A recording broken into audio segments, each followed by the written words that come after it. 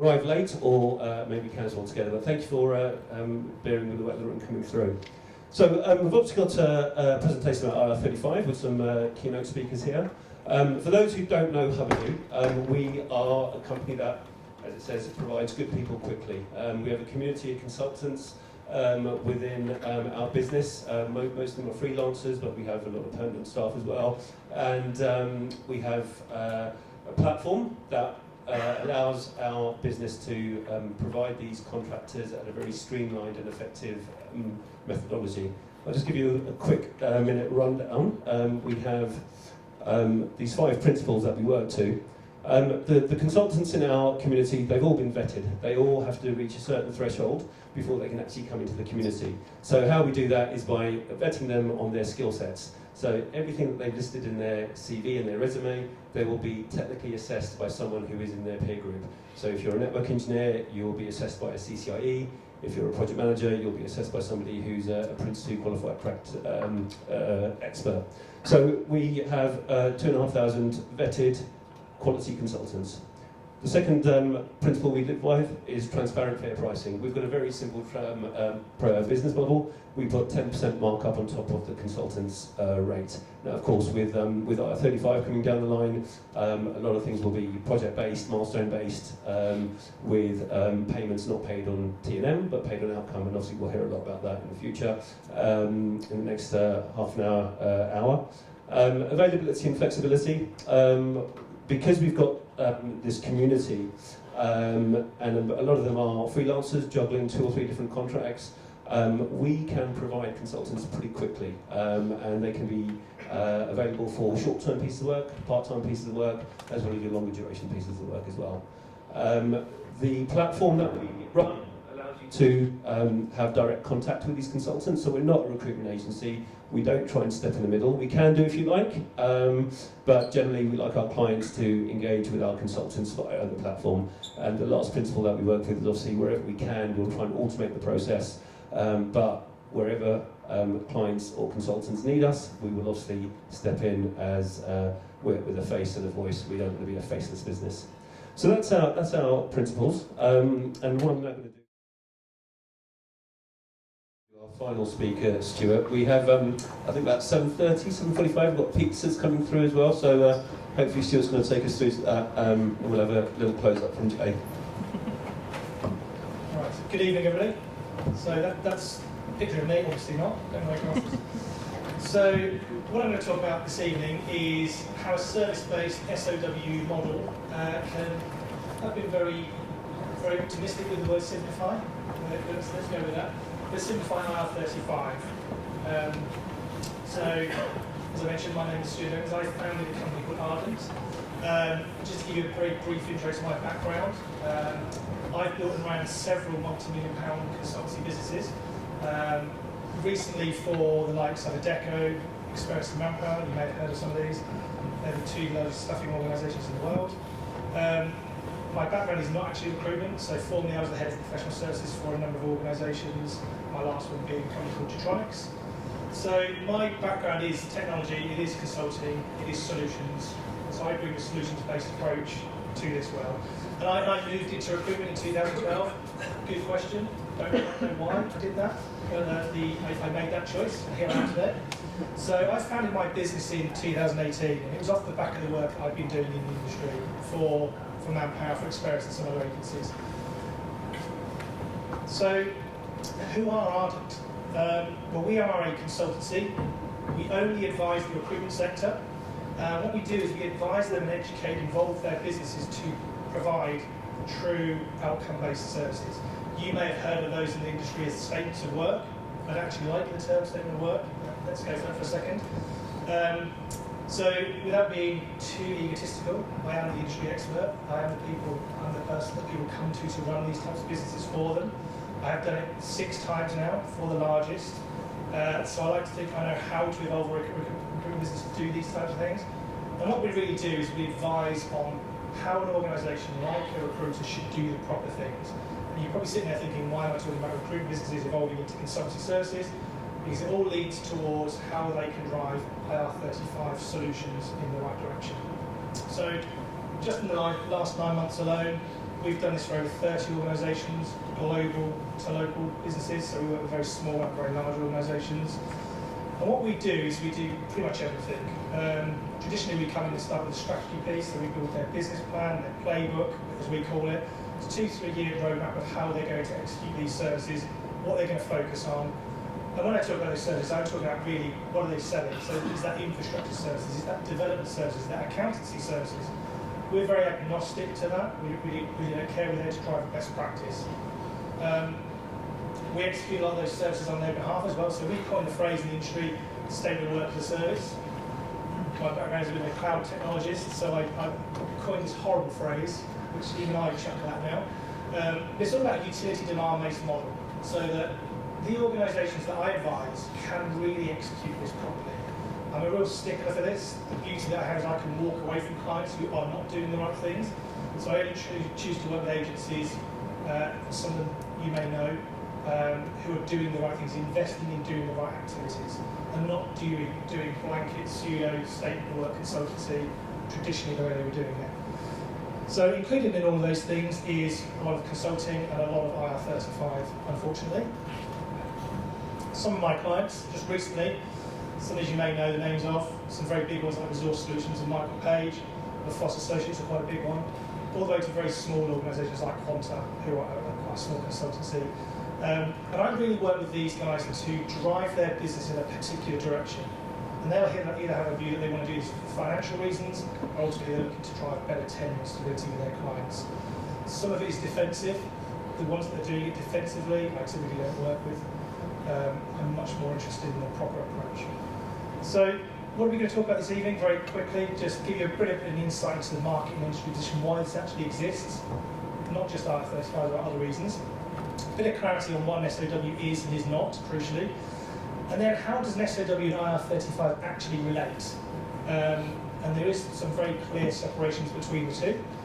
Reasons why we may want to utilise SOW models, so some of this is aimed at you as end procurers, or from a contracting point of view, why you may want to talk to your clients about moving to a services model. And finally we end up with some Q&A. So just very quickly, when I entered the industry in 2012, I joined with Xperis. My last role was the European Head of Professional Services for this company called Pomeroy, who Getronics acquired. I was running a business of 400 or 500 employees. We used a large contractor base across Europe. And Xperis approached me and said, come and join our business. I thought, well, why am I going to do that? I ended up joining after a long conversation. And as I went through that journey over the 3 years, I started to map out where the market existed and why this was coming from. Now, I talk about the traditional consultancies and the SIs. I've worked for pretty much every SI going. I've worked for a couple of the big consultancies as well. And what I found was actually there's this gap that exists in the market between the proper talent providers and the proper consultancies and SIs, and that gap is diminishing. It's getting smaller. The reason why is that procuring parties are driving the decision to procure talent services in a different way. And they're ultimately looking to recruitment organisations to do more. That was largely driven off the back of SIs actually. So when I was at Xperis, a couple of our biggest clients were IBM and HP, companies that I used to work for, who used to procure thousands of contractors to deliver into services. And then as their whole strategy changed, they looked to go to Xperis to say, well, we want you to provide proper services now. We don't just want staffing, we want services. So what that means is that every project needs people. So the recruitment industry is naturally shifting in this direction. Are all agencies able to do this? Categorically not. They have a very short-lived approach, very transactional, and that's where we come and we try and educate. But that market is changing. If I look at my last proper corporate role, when I worked for Adecco, so I was the head of the solutions business for Adecco, and even Adecco, who the largest staffing organisation, very, very man on the street type, cleaners, low-end skill sets. We're investing heavily in trying to drive talent in a different direction. Talent acquisition through technology. So some of the stuff that Hubbard are already way ahead of, Adecco are just trying to catch up with. So even if the big organisations are seeing this shift, the market's going to catch up. And of course, IR35. IR35 is driving a lot of this. Tom and Christian have already talked about what happened in the public sector. A lot of the work I did at Adecco is actually fixing the public sector problem. So I built this service model to address that problem at Adecco with circa 1,300 contractors that we had in central government. So what I'm going to talk you through now is the model that we ultimately try and advocate in the industry of doing this properly. So what I'm going to do firstly is just clarify what an SOW is not. I'm sure you've all heard the term statement of work. It is misused many, many times. Some of this deck is aimed at end clients procuring this as a service, and some of this will be aimed at you as contractors. So the SOW is not a product. It is not something that you can simply purchase or buy. That's aimed more at recruitment organisations thinking they can productise statement of work. You can't. The statement of work is actually a collective. It's the solution and the outcome, which is the service, which together is built into a contract or a framework. That framework is the statement of work. That's what we deliver against. It's not an employment-based contract. Tom's already covered IR35 in great depth. The beauty of a service-based contract is it references nothing to do with employment-based law, nor should it actually. So we don't talk about substitution mutuality directly. What we do is we build performance conditions into the contract to reference or infer the ability to operate independently. It is not a magic bullet for IR35. The amount of conversations and clients that I go into, and I end up advising clients with end organisations as well, such as Sky, Tom mentioned Sky, BT, Heathrow, you name them, some pretty horrendous stories I can give you. The first thing they say is, well, I'll just put a contract into a statement of work, they'll be outside. Absolutely incorrect. The contract is one thing, the working practice is the other. As Tom mentioned, working practice is probably more important than the contract itself. IR35 and SOWs are completely separate and completely unique. So when I'm going into a client, and think of this in the same way as you are as PSCs, providing a service to your client, you have two things to address. One is building the service of how you're going to deliver your outcome. The second one is the IR35 position. So if you just keep that in your mind for a second as we go through the deck. So let's clarify what an SOW actually is. It's a legally binding contract. This is very important. It is legally binding. What we put into the SOW, the deliverables, the milestones, everything else, is a contract of service which you are duly bound against. And that has pros and cons, of course. Typically a business-to-business relationship between one or more parties, or two or more parties rather, provides a very robust and proven structure to record information against. So what we're talking about here is deliverables, timelines, milestones, performance conditions, all of the key things that Tom mentioned as the key tests. What we're looking to do is build into a contract, a statement of work contract to measure that performance and activities against. It is a service-based agreement between the procurer, BT for example, and the client, the supplier. The supplier could be Hubbardoo in this instance, could be you as a PSC. The chances are there will be an intermediary sitting in between you. So what we're looking at here is customer, intermediary being your client, and then you as a supplier as a PSC.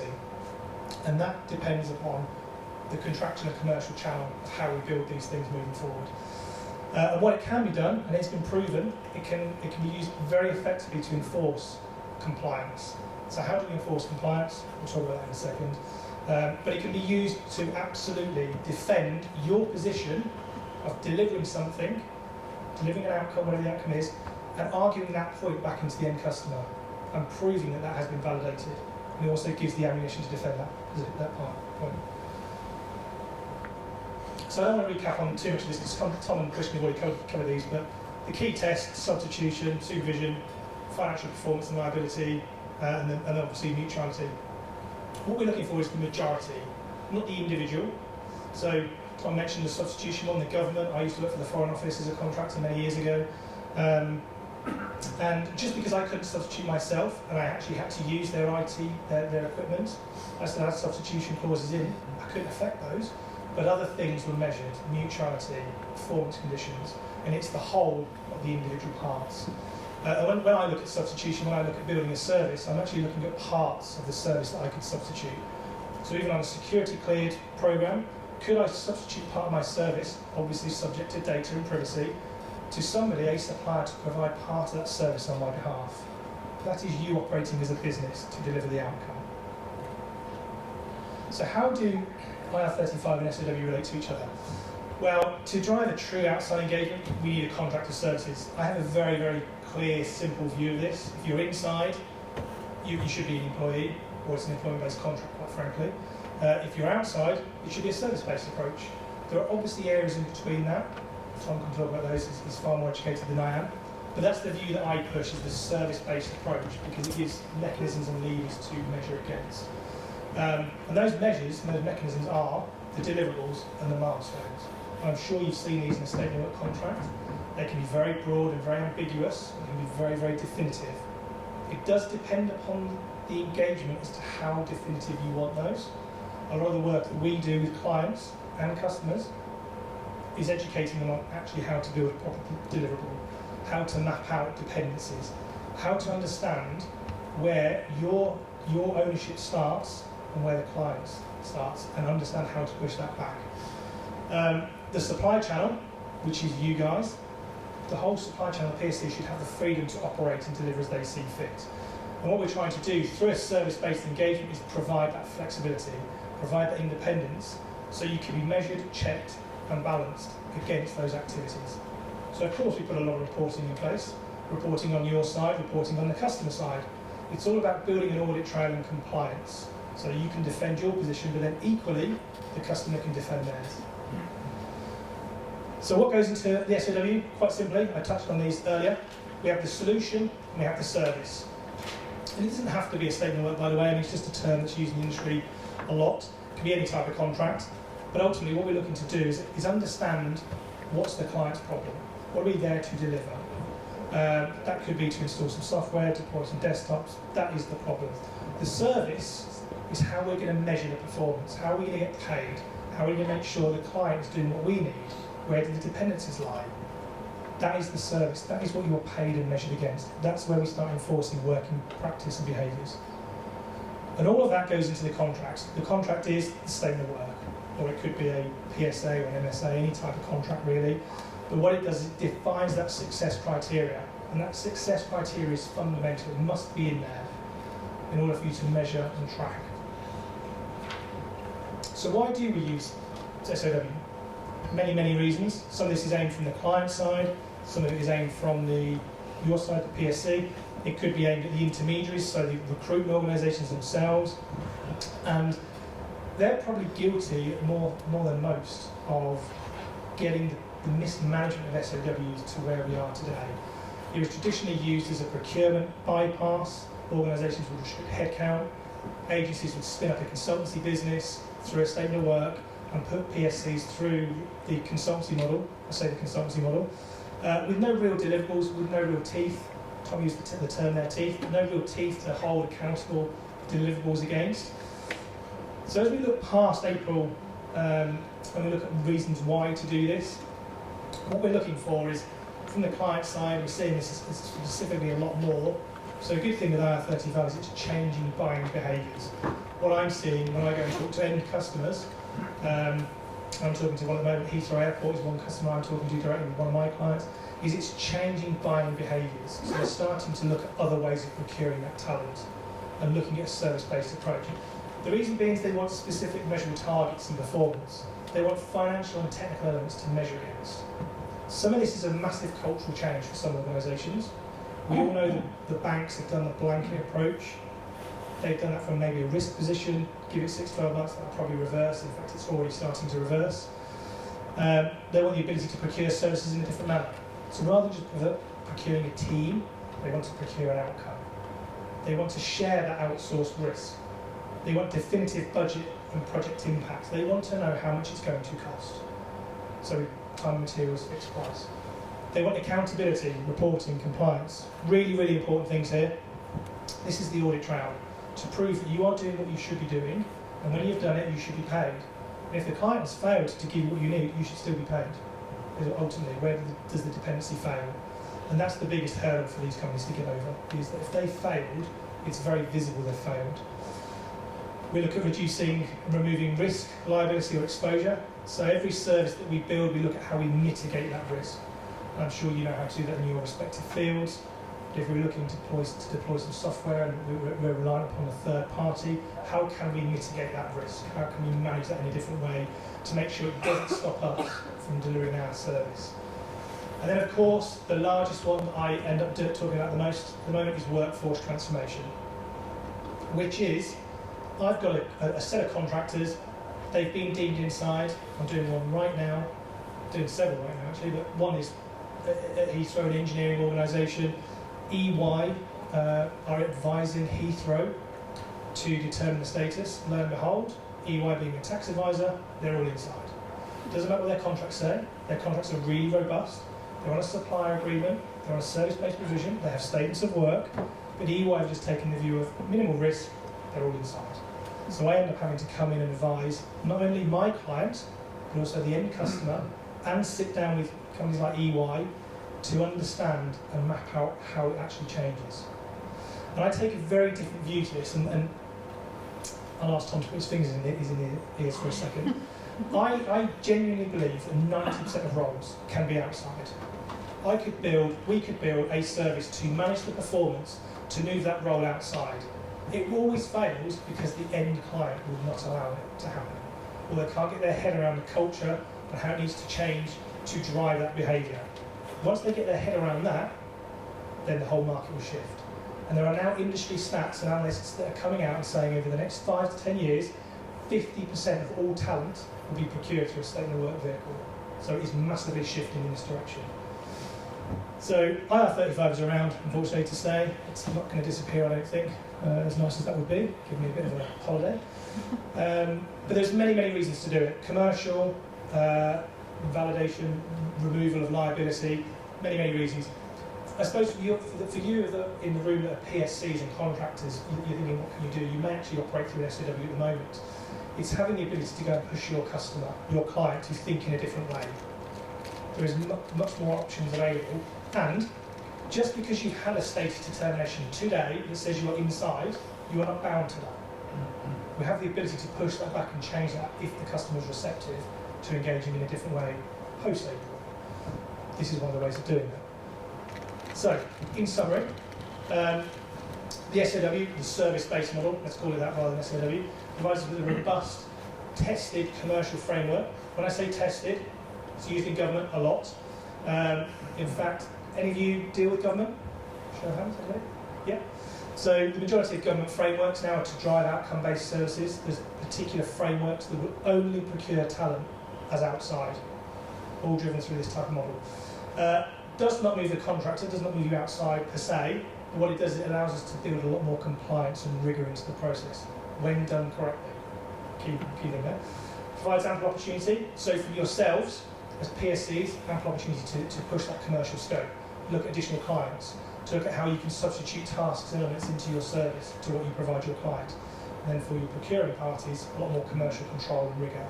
Can be more cost effective and efficient when managed properly. However, last part of note is it does require planning. It's not a simple thing we can just drop a team into a statement and go, great, it's going to be effective. We have to go through the scope and plan some of this activity. And the very final slide, I mean, I tried to demonstrate this graphically. It's quite a difficult one. It's understanding and breaking out the separation of accountability and ownership. We talk about a process or a layer that we call the engagement model, or it's a service layer essentially. And what we do is we introduce that between the intermediary and the customer, and the intermediary and yourselves as BSCs. And that's there to sit and create an audit trail of compliance and the governance. It's not to manage the project, that's completely different thing. It's there to make sure all the parties are doing what they should be and delivering against the outcomes that they're contracted to do. And this works on a one-to-many, so a true project, multiple people in a proper service, or a one-to-one basis. It's the same process. The one-to-one is actually more complex and more cumbersome to do. But what it demonstrates is that graphically, you can either operate directly to the end customer or you operate via the intermediary. What you're still providing is a service. Your client is either the intermediary or the end customer, depending on the engagement. So I've gone through that pretty rapidly to try and keep things on time. Any questions? You can copy the slide back there, by the way. Yes. Yeah, we'll be sending out the slide deck to all the attendees, and we'll be putting the video online as well. I've got a question. Yeah, got a question there. Come to you in a second. Hi. So I contract through an intermediary via statement of works, but now the end client wants me to change that and contract with them directly. Would I still be eligible to write my own statement of works directly to the end client? Yeah, you can do. And if the end client is happy to take on that direct liability, then that's absolutely fine. I would actually get a little bit nervous about the end client taking direct contractual accountability just from a taxation point of view, but if they're willing to do that and still give you the right contract and the right outcomes, then I think that's a positive. Yeah, it sounds like a positive because I've also done the HMRC test, which also says based on the way it works, I'm still outside scope in IR35. So have you been able to push your contract rate up? Not really, no. So you need to negotiate that up a bit because I think the reason of getting there. well, I think the reason of getting rid of the intermediary was just to have a bit more balance in the cost. Right. Okay. So to lose that buffer, so it just means I charge the same, but they lose the additional percentage on top. Right. Okay. Yeah. Fine. Yeah. I mean that's a good position to be in. You've got direct control and contractual relationships. Then. Okay. Thanks. Just a quick question on that. How was the intermediary about? They were happy. Yeah. No, they were absolutely fine. Okay. Yeah. Well, Wow. interesting. Yeah, that's unusual. That's a new one. Yeah. There was a question over there, wasn't there? Yeah. Thanks. I'm just trying to get my head around a few things here. Now, statement of works, and many folks here might be in IT and project management, etc., and have heard about agile delivery, etc., etc., etc., versus waterfall. In the waterfall days, it was about statements of works, and you know what you're going to be delivering, you know what your milestones are, you know what you're going to do, and what you're going to get at the end.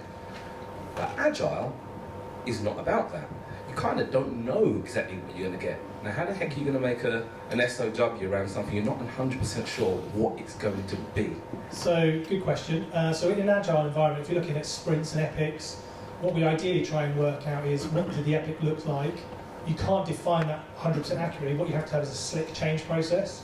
And this comes back to the point of you having the ability to push back and say, do you accept the work or not? So through the change process, there's a contractual audit trail of saying, I can accept that within the scope of what I initially said as part of that epic, or it's just completely outside of scope now, so we need to renegotiate the contractual commercial terms, price. Pragmatically, that won't happen. So it's making sure that you have an ability to just track and measure that. It shouldn't be complicated. None of this reporting should be more than 20 minutes a week. It really should. It's just changing behaviour. So when you're sitting in your meetings, your sprint meetings, and you're kicking off your projects, it's understanding your client, your procuring party, understanding that if they have to change something, it just has to be tracked and audited, and you agree to that through a contractual process. So we've got lots of clients, lots of customers, BT, Skybet, TSG, Heathrow, and some of that is Agile. They all use DevOps-based Agile approaches, and they all ask exactly the same question. Well, how can we do this when we don't even know what we're doing in 6 months? That's fine. You don't have to build a statement of work for 6 months. You can build it for a month if you want. Just build it every month. It does mean it's a bit more admin and overhead, but once you get the process slick, it's no more than half an hour a month.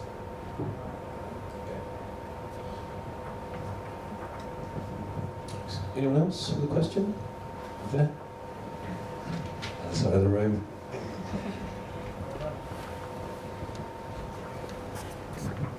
Yeah, just a question about payment. So if you work on a statement of works and the milestones, you've got to hit certain milestones every 2 or 3 months, how would you manage to build that such that you can sort of guarantee revenue on a monthly basis, even though you may not be hitting a particular milestone every month? Yeah, so firstly, don't make a milestone every 3 months. Make a milestone more frequently. The deliverable would be maybe quarterly, but your milestone would be a track and progression to get to that deliverable. Is it a time and materials or is it a fixed price contract? Now, neither of those are deterministic of status, they just naturally carry more liability. Fixed price that carries more natural liability. But certainly a lot of contracts, certainly in government, is time and materials, cap T&M. So what you have to make sure is that when you're delivering and building the contract, some of that time and materials, we just assume it's a time and materials contract for a second, some of that contract has to carry some performance liability, some exposure in order to help you look like you're a true business. So the way that we create those is, if your milestones are monthly, ideally you need to stay away from frequency, recurring payments again, so it looks like a salary, but let's just make sure the milestones are up and down payments. We want to make an element of that milestone against performance variables such as creating the reports, making sure you're creating the audit trail, that you're creating your RAID logs, your project logs, your sign-off, your acceptance criteria. And if you're not doing those, then you may drop an element of that milestone 100% of the payment does not need to be attributed to one milestone. We can create mini milestones to get to the deliverable. And then that gives you the ability to get your cash flow going. Okay, yeah. But with most of the companies I work with on projects I do, then most of the milestones is deliver an LLD, deliver a HLD, then deliver a project. Yep. And getting through design sign-off often gets delayed by 2 months because of it's a big company, right? So why does it? And that's the valid point. But why is it getting delayed? The fact that it gets delayed, should that hinder you? And this is again, I get that this is a big change of culture for some organisations. But if we look at the architecture space and creating high-level and low-level designs, then that's fine. There'd be a set of dependencies that you would need to build that design. If your customer or your client cannot provide those dependencies, should you be penalised? And the question is no, of course you shouldn't. But you need to be fairly pragmatic again.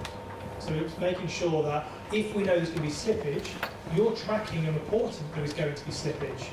Through the engagement service, we're tracking collectively there's going to be slippage. So what it gives is the end customer more visibility there is going to be slippage. So you need to go through a change process, you need to get us back on track, or you need to go and give somebody a kick to get the work done. So it creates a lot more visibility. It does help, a bit of a headache to go through, but it does help get things done. Any other questions around service? What are your strategies for changing the culture for intermediaries and end clients? How do you get people to shift to this way of working? Lots of alcohol? I don't know. It's a very valid question, a very tough one. So when I joined Xperis, I come from a consulting background, as I mentioned. I really struggled with the culture. I really struggled with recruitment culture. I thought, before I say anything, anybody work for any recruitment companies? So they're very simple, right? They are. I say this to my clients. They are very simple. They're simple in their approach because they're very transactional. They're not long-term. They're not strategic thinkers. They don't think about the end game. It's all about the transaction. So the way that I've got around is to educate. Now the UK recruitment market is huge. 35 billion is the organisation of which 80%, I think, you probably know better than I do, is contract services. So 25 billion plus is contractors. I'm barely scratching the surface of that. I'm trying to educate on best practice. I'm trying to educate on culture, why you should do the right things. If I was to flip it round, I'd say, well, you guys, PSCs, should be trying to educate your intermediaries to do the right thing. And it's a tough uphill battle, to be perfectly honest. Yeah, I was speaking to Christian just before this, going, what am I doing dealing with recruitment companies? It's really hard. I've gone from working for one to working for hundreds. Is what it is. So to answer your question, it's time, education, stats driving that, the industry is driving that, technology is driving that, end customers, the procuring behaviours are driving that. They are slowly getting there. And if an Adecco or a Manpower can start turning, then the smaller agencies, they're already way ahead of the curve.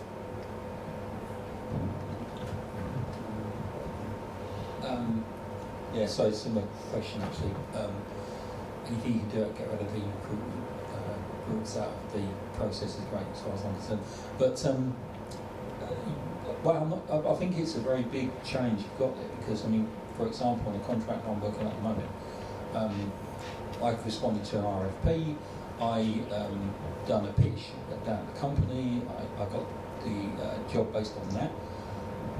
But then at the very end of it, the next thing I had to do was go and work with their typical recruitment agents because that's the only thing they've got for a process to pay me my invoices. So I think you've got a big challenge there. But I'm just also asking, what's your business model? Would you charge the private service company? Do you work with the agency or with the end client? Where do you get your money from? Is it a combination of all three?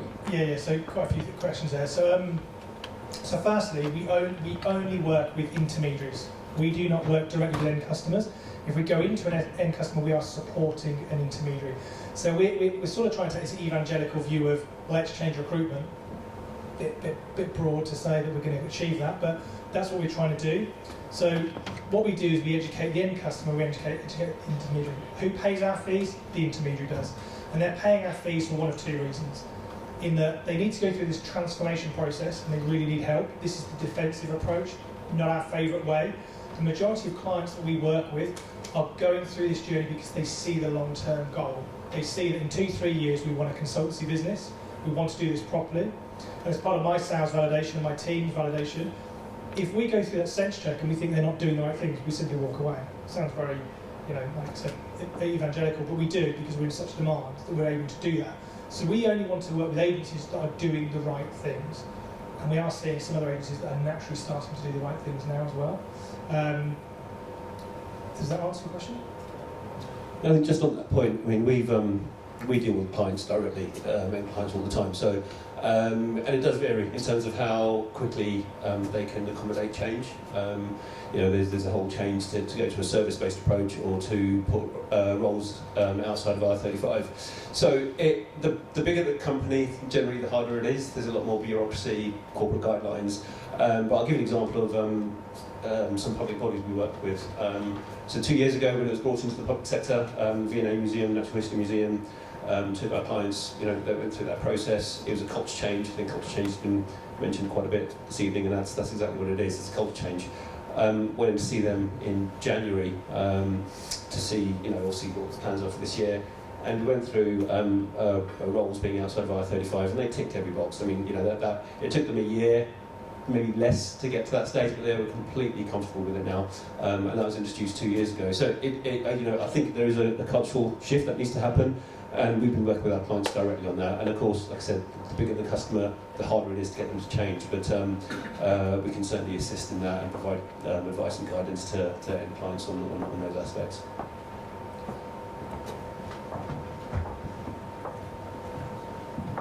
On that same subject, I don't know if many people here from financial services, etc., large firms, HSBC, and all the usual suspects. When you mention culture change, I've worked in the banking industry maybe 10, 15 odd years at least, showing my age. These people do not change that easily. I mean, just moving from, say, waterfall to agile, and that's a culture change, they still struggle. Now, this is a major thing, and I just go know from hiring managers and being a hiring manager myself. As soon as I'm me listening to this stuff, and I'm a kind of smart guy. This does feel like a hell of a lot of hard work, but it might be necessary work, but it feels like a hell of a lot of hard work, and this is certainly not something which is going to happen overnight. In the meantime, folks like us, we need to get paid. We got to make a living, and waiting until these people see the light and everything's all rosy, now we can go back in and welcome us with open arms and stuff. That ain't going to happen for a long time. What the heck do we do in the meantime? That's the big elephant in the room, and I don't really, even in anything you told me, I don't really see it myself. Convincing, and it is convincing, end clients to see the light and understand the whole notion of working with SOWs and working with people and sitting down and working these things out, when they're so used to just simply this dude over there, he's got a project to do, write it up, give it to HR, throw it to some agency, get 500 people applying for it, they skim off and choose 5 people going for an interview. That game is going to be dead, and you're going to have to be sitting with these people trying to understand what is the work and breaking it down into deliverables and all those things. I would struggle to see when that will actually materialise. It will eventually, you've got to be positive, but that's something that I'm not really convinced will happen quick enough. Yeah, I probably don't disagree that it can't happen quick enough. Will it happen quick? And no, absolutely not. You mentioned financial services, so through customers, have spoken to pretty much every bank in some form or fashion. I mentioned one company at the start, Resource Solutions. In fact, if you don't know who Resource Solutions are, you do, yeah? So they've had to shift that. Resource Solutions themselves have had to change their whole business model to deal with this. Now they're going back into HSBC, trying to drive that business change into them. And it still depends upon who you talk to. And I met very senior people in HSBC with multiple clients, so different stakeholders, different clients, and I get a categorically no, we'll never use a PSC, to I'm absolutely happy to use a PSC, as long as it comes to a service-based engagement. And that's the key one. So we've got to pick our battles. So HSBC will procure contractors through a service-based model as long as you're on the PSL already. If you're not on the PSL, then you've got another problem to deal with, right? Your point is valid. It's going to take time. You know, I think 3, 4, 5 years to really drive the change. But what will happen and drive that is the availability of talent. If talent shifts out of the market and moves to other areas, and I don't know what you do, but if you work in IT, in financial services, your skills are applicable elsewhere. Some people I speak to in banking have a very arrogant view of we don't have a problem with talent, the industry has a problem with that talent. Well, let's just give it a year and see what happens. Because we heard similar things in public sector, and it wasn't quite the shift that everybody said it was going to be. So I agree with what you're saying. It is going to be a difficult one, but give it time. Yeah, it's interesting. I think the public sector, a lot of people left the public sector 2 years ago and went to banking, and I think we're going to see a bit of a reverse now. So, you know, and that's what's going to change the banking sector's mindset when they see the top talent going elsewhere. It's a fact. I think the other thing with statement of works with banks, they do them now, but they do them with big projects. They just have to start flowing those down to the smaller pieces of work. So that mindset, that culture, the way of doing that work, they can already do that. That they do it for the big projects. So just absolutely, yes, that's a really fair point, which is they're used to procuring services. They're not used to procuring services from a recruitment company. That's the shift.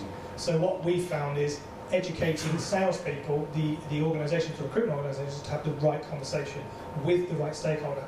Don't talk to a HR person, go and talk to a program leader, a stakeholder, a procuring party. Then they get around that very quickly once they can be happy and compliant, of course. Compliant? Yeah. I write SOWs. I'm a program manager and technologist. And legal stuff comes into this thing, compliance comes into these things. Banks are doing blankets because it's scared, risk, right? Will I trust Tom, Dick or Harry to draft these SOWs because it's not them who can feel it, it's HSBC, as an example. So it's still going to be a bit of a challenge because when you say who you speak to, that person might not necessarily have the authority. Because somebody, you know, it's so silent. Some other department takes care of that compliance stuff. You know, I write what I write, I have to give it to someone who has to go through it in the software confirmed. That's why these SOWs sometimes take months to get negotiated. So it's still going to be a massive uphill fight. Yeah, it is. It comes back to that point of picking your battles, picking the industry, shifting where your talent is in more demand, and then giving financial services maybe a bit of breathing space. Near the client side, do they want to sort of talk about some of the challenges that you have about adopting some of the changes here? Any? Looking around to see, we had a few hands up earlier, but they've all got on that now. Never mind.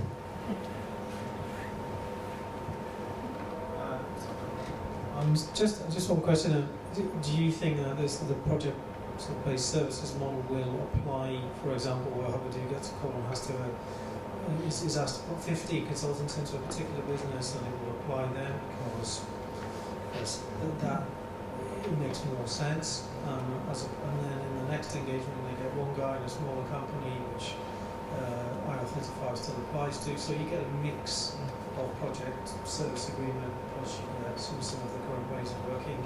Do you think that will happen in the short term before the market moves to your way of thinking? Yeah, so first answer to that is the ones where there's multiple scale makes far more sense to build a service agreement for obvious reasons. Ability to drive more efficiency, earn more money, drive more value, all the other good things. I try and steer my clients away from the individuals, the one-to-ones, putting them through this model. Not because it doesn't work, because of the overheads. If you're trying to change the culture for an individual, it's a tough battle, right? But if we were working with a client, we've already procured 15 people as part of a service, and they want another individual to do a completely different and separate piece of work, then we can manage that collective far more easily because the efficiency on our side is there. And that's what we're talking about, is the engagement service layer efficiency, is how we manage that. So the way lawyers ask, the model on the far left, that starts off like as a project service agreement between, let's say, you and the client, and it builds in that service layer.